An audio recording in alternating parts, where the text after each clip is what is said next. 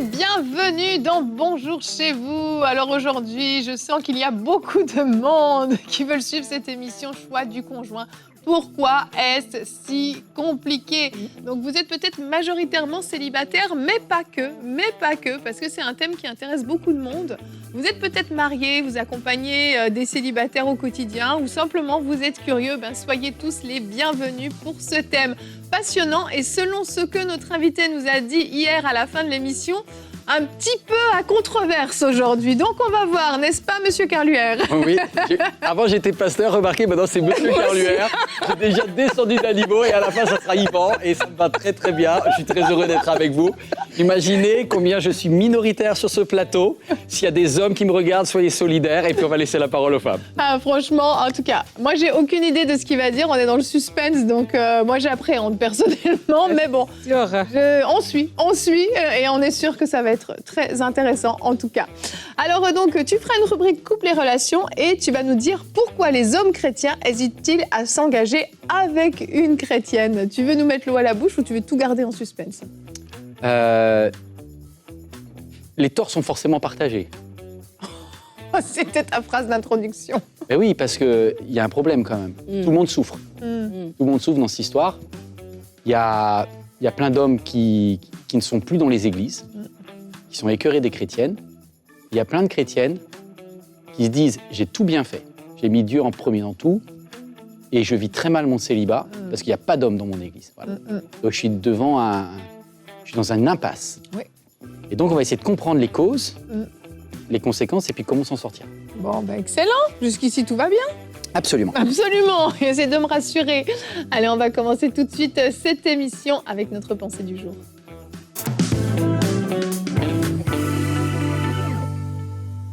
Alors, le titre de cette émission est assez intéressant, mais je trouve qu'il est très vrai, parce que des fois, on peut passer à gauche, à droite, le choix du conjoint, etc. Mais la réalité, c'est que c'est compliqué. Aujourd'hui, c'est compliqué de trouver quelqu'un, et des fois, même nous-mêmes, nous complexifions la chose. Et moi-même, je me suis mariée très jeune, donc ce n'est pas d'expérience que je vais faire cette pensée du jour. Mais par contre, à force d'accompagner des gens, de voir des célibataires autour de moi, je me rends compte que effectivement, c'est compliqué de nos jours de trouver quelqu'un. Et pourtant, c'est paradoxal parce que la femme est beaucoup enseignée. Et peut-être c'est ça aussi le problème, c'est que la femme qui est beaucoup enseignée. On entend énormément, oui Yvan, nous allons y arriver, on attend énormément d'enseignements sur femme sage. Hein. La femme sage bâtit sa maison, c'est la femme sage qui bâtit sa maison. Ce verset vient quasiment à une conférence de femmes sur 3, c'est autour de ce thème-là. Et on enseigne énormément la femme sur le mariage. Mais par contre, aujourd'hui, le défi de se mettre en couple est plus grand qu'auparavant. Pour plusieurs raisons. Et évidemment qu'avant, les gens restaient à la maison, etc. C'était pas la même dynamique, mais n'empêche que la relation est la même. Les êtres humains sont les mêmes. Nous voulons aimer et nous voulons être aimés. Ça n'a pas changé. Il y a plusieurs défis, quelques défis que je peux partager avec vous, que j'ai pu relever comme ça. C'est d'abord c'est que les gens se marient de plus en plus tard. Alors, en se mariant de plus en plus tard, évidemment, ils ont déjà bâti une vie, entre guillemets, et cherchent quelqu'un qui va rentrer dans la vie qu'ils ont déjà bâtie. Et donc ça devient compliqué. La deuxième chose aussi, c'est que les femmes ont plus d'acquis. Elles vont étudier plus longtemps, elles vont avoir déjà leur appartement, leur travail, etc. Elles ont déjà bâti des relations. Elles ne sont pas en besoin émotionnel. Donc, elles ont déjà tout ça. Et c'est comme si, parce qu'elles ont ça, il y a des hommes qui vont interpréter tout ça comme une femme qui est déjà accomplie, elle n'a pas besoin de moi. Alors que ce n'est pas le cas. Elle peut avoir un travail, elle peut avoir un bon appartement, elle peut avoir plein des amis, mais elle a besoin d'un mari. Et c'est pas parce qu'elle a tout ça qu'elle n'a pas besoin d'un mari. Et donc, des fois, il y a certaines femmes comme ça, parce qu'elles ont ça, elles peuvent paraître intimidantes et ça fait que les hommes se rétractent. L'autre défi aussi qu'on a dans cette génération particulièrement, c'est la difficulté de percevoir le cœur des gens. Est-ce que les gens sont vraiment honnêtes? Est-ce qu'ils disent vraiment ce qu'ils pensent? Parce qu'on est tellement habitué à tout dire par emoji, c'est comme si on ne sait même plus être authentique.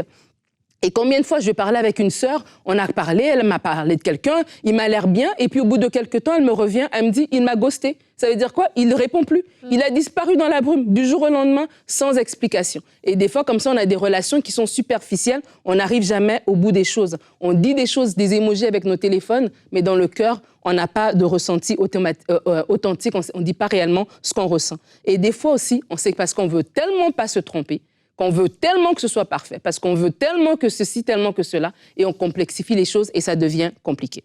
Mais mon encouragement pour toi est celui-ci, parce qu'il y en a un, c'est que le mariage, à la base, c'est une grâce. Vraiment, c'est une grâce de rencontrer quelqu'un d'abord, après de se plaire mutuellement, de tomber amoureux, d'avoir les mêmes valeurs, de vouloir bâtir et rester malgré les hauts et les bas et de regarder dans la même direction. C'est une conjonction de grâce, j'ai envie de dire. Et donc, c'est pas ta faute. Mais il y a des choses, en fait, qui doivent se mettre en place. Et j'aimerais t'inviter, si pour toi, comme Yvan l'a dit tout à l'heure, le célibat est devenu un poids, et vraiment, c'est devenu un fardeau, c'est devenu difficile. Je veux vraiment t'encourager à te reposer en Dieu, tout simplement. Et de lui faire confiance. Il va te donner la sagesse. On va parler tout à l'heure des différentes choses qu'on peut mettre en place. Il y a des choses peut-être que tu pourrais mettre en place, mais de base, de se reposer. Vraiment, il y a des gens pour qui c'est devenu une source de stress, même de honte. Des fois, il y a des milieux dans lesquels on ne veut plus aller parce qu'on ne veut pas qu'on nous demande c'est quand pour toi, c'est quand ton tour, etc. Et vraiment, enlève ça. Si vraiment c'était du stress, comme on a parlé d'anxiété, d'angoisse hier, que le célibat ne soit plus pour toi une source d'anxiété, mais vraiment dépose-toi auprès du Seigneur, recommande ton sort à l'Éternel, mets en lui ta confiance et il agira en ta faveur. Merci beaucoup, Nadine. Alors, Yvan a beaucoup ri pendant ta pensée, donc je pense que ça fait écho à une partie de ta rubrique, c'est ça?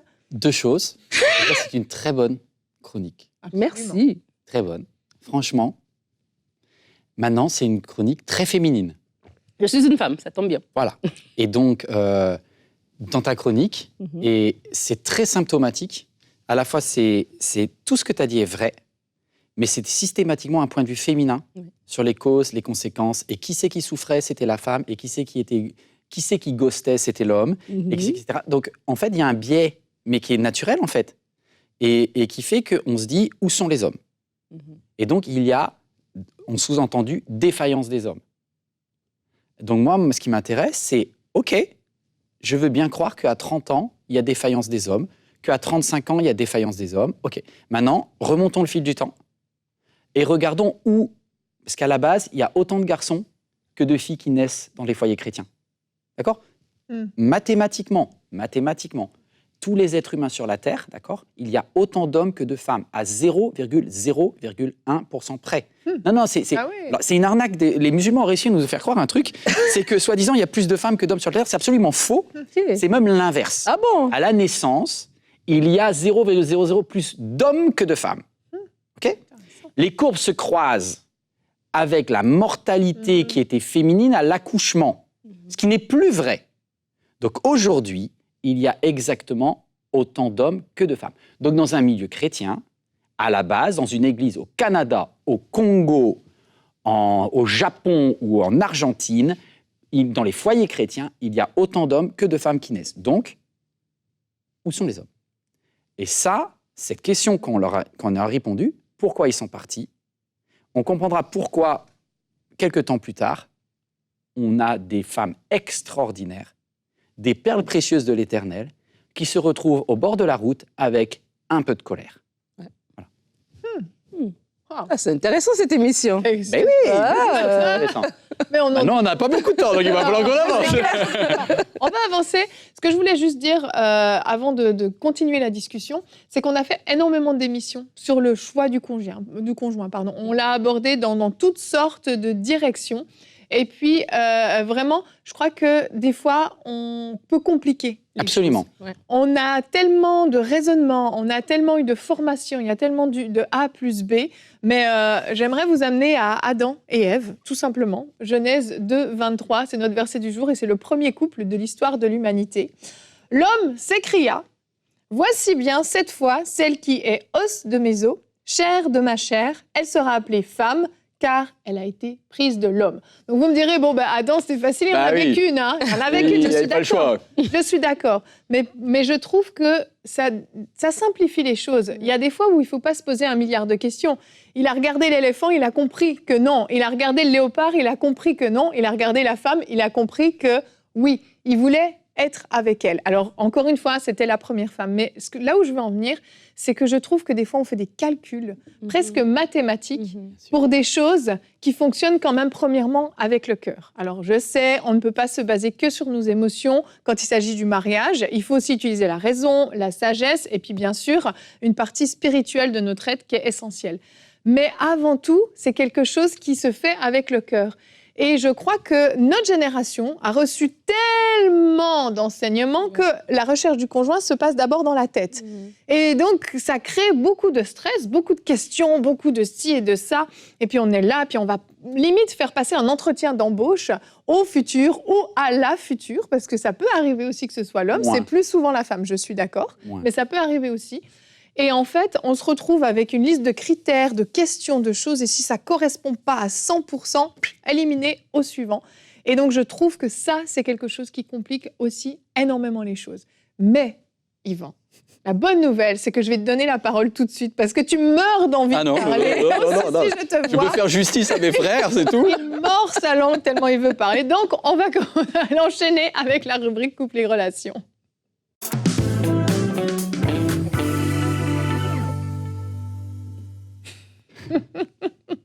Vas-y, donne. Non, c'est intéressant, mais vous sentez le truc, et on le sent aussi. Cet enseignement, ce surenseignement. Mais oui. Tu as commencé comme ça, tu as dit les femmes sont super enseignées, etc. Moi, j'en veux énormément aux enseignants. C'est-à-dire, j'en veux énormément aux pasteurs, à des parents. Non, mais si, à des parents dont je fais partie. Je vous rappelle, je suis un pasteur, donc je suis un premier découpable, d'accord. Ouais. Donc, je ne suis pas en train de faire la police en disant mes frères ont eu tort. Moi, j'ai fait exactement les bêtises que les autres. Et j'en veux aussi aux parents chrétiens, et j'en veux à toute notre théologie du couple. Donc là, oui, je vais peut-être un peu casser renverser des faux raisonnements, parce que c'est pas... On a complexifié les choses de façon hallucinante. Oui. Si on reprend à la base, où est-ce que les trains ont déraillé? Puisqu'il y avait autant de garçons que de filles. Vous allez aux églises des enfants, à MLK, mais je suis sûr que c'est vrai aussi à Plénitude et partout. À 10 ans, vous avez autant de garçons que de filles. D'accord? Prenez les statistiques. Battez-vous sur les datas. Je suis sûr que c'est vrai dans n'importe quelle église jusqu'à un certain âge. Donc, à partir de l'adolescence, à partir de 12, 13, 14, 15 ans, on perd 5% des hommes tous les ans. Voilà.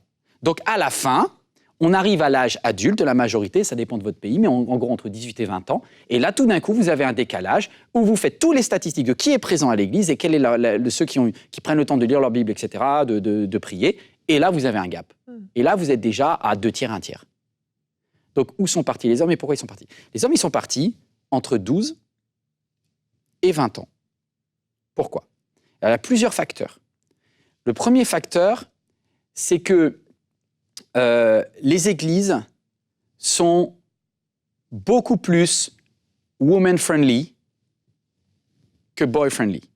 C'est beaucoup mieux d'être une fille que d'être un garçon à l'église. J'en parlais avec mon frère en régie, il avait tellement raison, il me dit « Yvan, franchement, pendant des années, pour un gars, on lui a dit, si tu veux servir Dieu, il te reste 2 choses.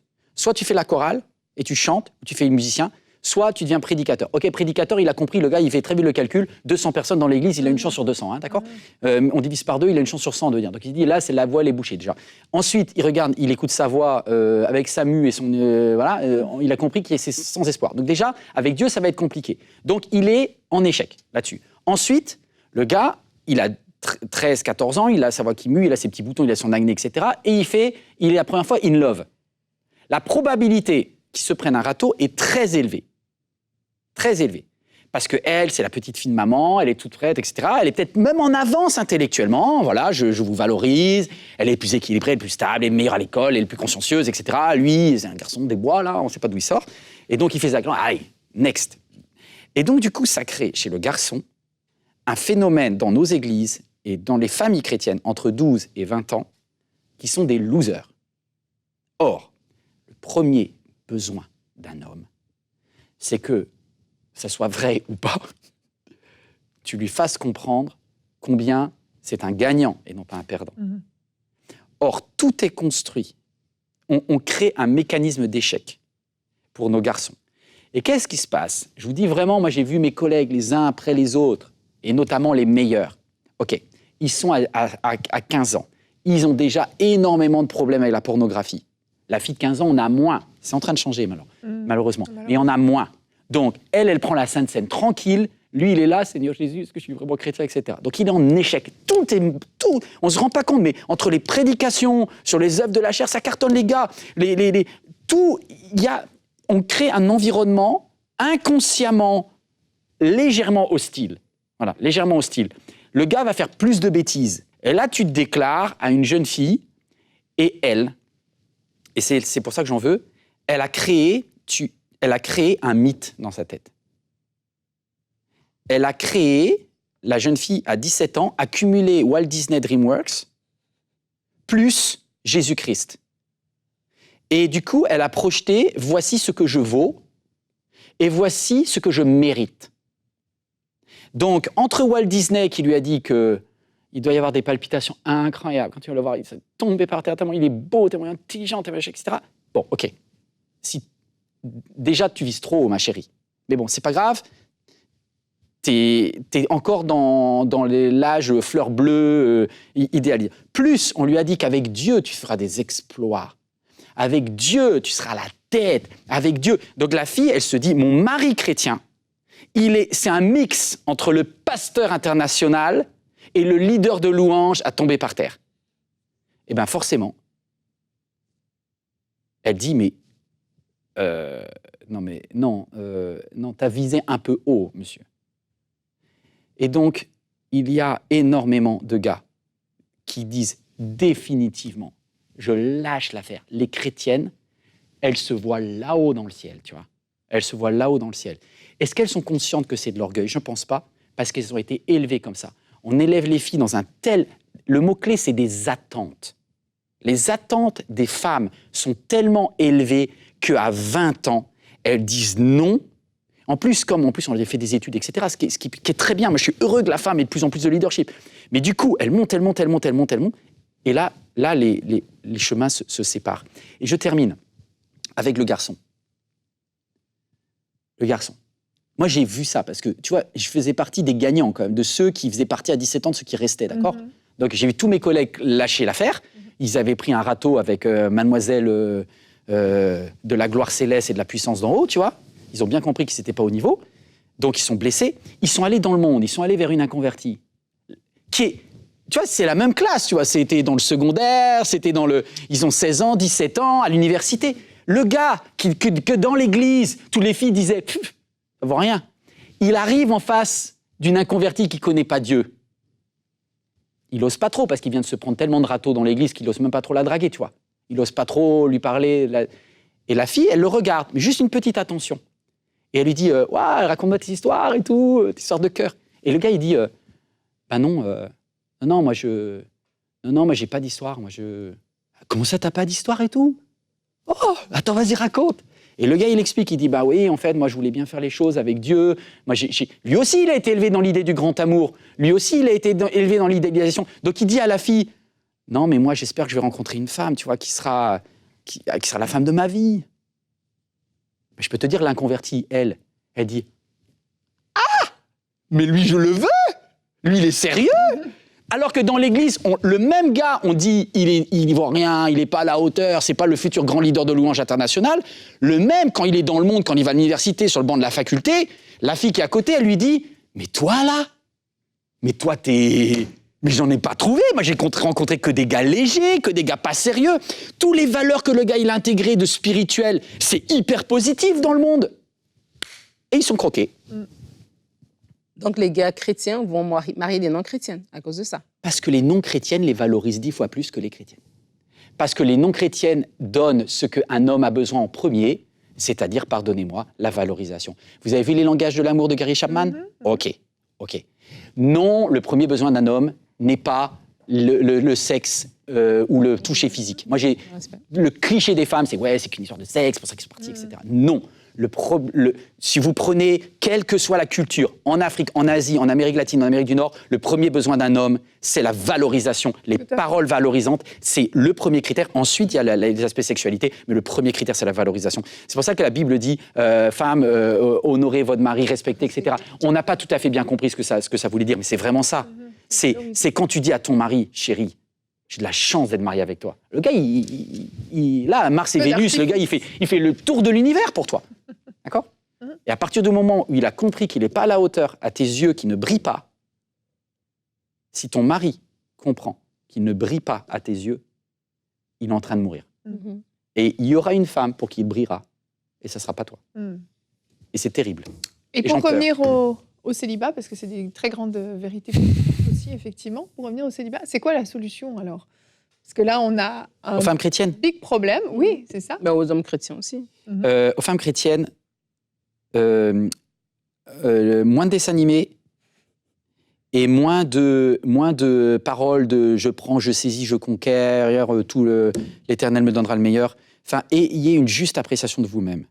Donc vous êtes formidable, vous êtes peut-être plus mature, plus chrétienne, etc. Mais apprenez, puisque vous êtes si haute, mesdemoiselles, pardon, apprenez à détecter la perle qui est à côté de vous. Et donc, quelle est la solution, par exemple, parce qu'on parle du milieu chrétien, Oui. Quelle est la solution pour l'Église dans le sens où, parce que là, on a dit que, selon ton analyse, les hommes, ils partent parce Selon que... mon analyse, c'est vrai.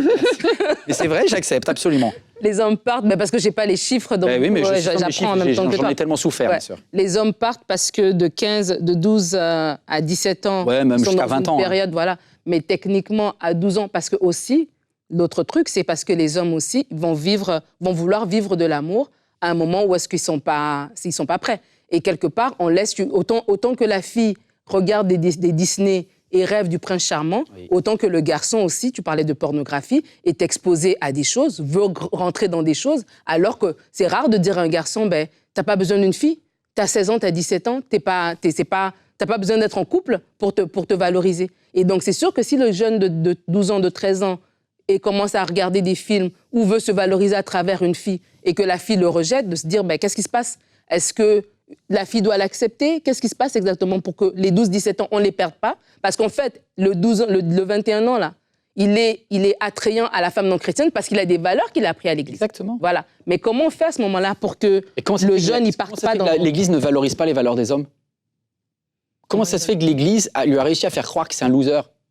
C'est-à-dire, il croit qu'il est loser parce qu'il a rejeté. Tout est fait. C'est pour ça que je vous ai dit, j'ai dit, j'en veux à moi-même et à tous les pasteurs qui, en mettant des standards hyper hauts, fait qu'aucun homme ne trouve sa place dans ce monde-là. Et donc, il va falloir qu'on applique beaucoup plus de grâce à nos ados, gars, en particulier. Moi, je pense qu'on doit aussi éduquer nos ados.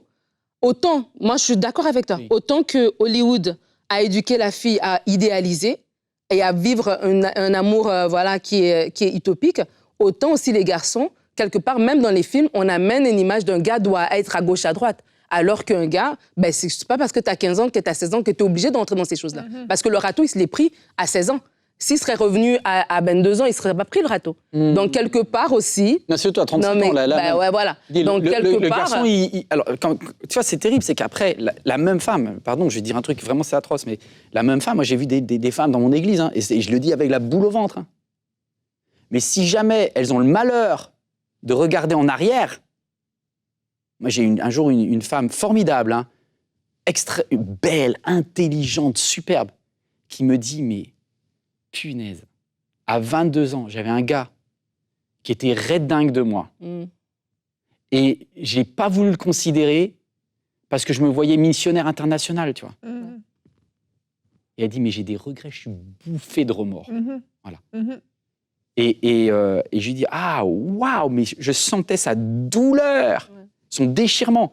Et ça n'a pas fait une malheureuse, ça a fait deux malheureux. Parce que le gars, lui, il est parti dans le monde, il a divorcé, il a explosé sa vie, il est loin de... Ça fait deux malheureux. Bien sûr. Donc on a un vrai problème d'orgueil, on a un vrai problème d'enseignement, on a un vrai problème de valorisation. Je donne un autre exemple, le temps passe, mais tu vois, j'ai quelqu'un de proche dans ma famille, une jeune femme magnifique, super belle, etc. On en a plein dans nos églises, c'est extraordinaire. Elle commence une histoire. Le garçon a des problèmes d'addiction. Il n'est pas fini, à 16-17 ans. Il en parle. Sa réaction a été défensive. Elle a dit, c'est pas tolérable ça avec mes valeurs chrétiennes. Je te lâche. Qu'est-ce qui se passe? Moi, j'ai un cri du cœur pour les femmes. Vas-y. J'ai un cri du cœur pour les femmes, Yvan, parce que j'entends des femmes... Je les aime en plus, des femmes, je voudrais qu'il y ait plus d'heureux. J'entends des femmes dire, mais pourquoi moi, je fais tout bien et je dois prendre un gars qui est, entre guillemets, en dessous, mais le contraire ne se ferait pas. Tu vois, tu dis les hommes se font rentrer dedans à cause des œuvres de la chair, mais elle aussi, elle a des œuvres de la chair, l'amertume, nanana. Elle fait bien. Mais elle ça, c'est moins critiqué dans les églises quand même, les œuvres de la chair, de l'amertume et de la chair. T'as le prochain thème de ton message. Mais tu vois un peu que tu te dis, j'ai tout fait bien, j'ai un bon travail, je suis belle, je prends soin de moi, mais je dois prendre le gars qui a plus ou moins. Non, c'est trop tard. Et alors que lui, le gars qui est plus ou moins, c'est trop tard. Il viendra pas pour un gars qui a tout ça là, il va pas la fille qui est plus ou moins. Il veut aussi la top des tops. C'est dans les deux sens. Qu'est-ce qu'on dit à ce moment-là? Bon.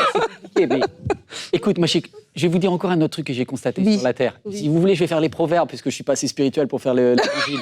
Je fais des proverbes. Mais tu vois, une fille qui vient, entre guillemets, du monde, qui a eu des histoires sans lendemain, qui a beaucoup pleuré. Ouais. Elle arrive, elle est belle, elle est intelligente, elle a 19 ans, 20 ans, 21 ans. Je te dis une chose, elle arrive dans le même groupe de jeunes, ça sera la première à se caser. Je comprends ce que tu veux dire. Est-ce que vous avez compris pourquoi ça va être la première à se caser? Ouais. Parce qu'elle, elle va dire, je suis tombée dans le royaume de Dieu ici. Ouais. C'est la fête dans le village. Alors que les chrétiennes sont là, je suis vraiment, il est temps que Dieu puisse me donner un niveau qui m'appartient.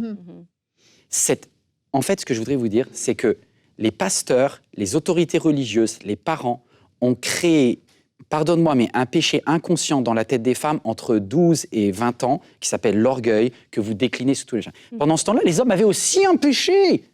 L'immaturité qui amenait à la convoitise, qui amenait à des besoins d'estime de soi idiots, des déficits, des complexes, bien sûr. Donc, c'est un cri du cœur, ce message. Ouais. C'est un cri du cœur. C'est un cri du cœur à toute autorité qui regarde. Je t'en supplie. Je parle à une maman qui a un garçon de 15 ans. Le garçon de 15 ans, il n'ose même pas te dire ses péchés parce qu'il a peur de ta réaction. Ben ça, c'est terrible. Ouais. C'est terrible. Tu vas devoir appliquer une grâce incroyable. Tu vois, moi, j'ai 2 enfants. J'ai une fille et j'ai un garçon. Si je regarde juste à leurs actions aujourd'hui, je donne un 20 sur 20, un 10 sur 10 à ma fille et je donne un 5 à mon garçon. Mais en vrai, c'est physiologique aussi. Voilà. Et je trouve que...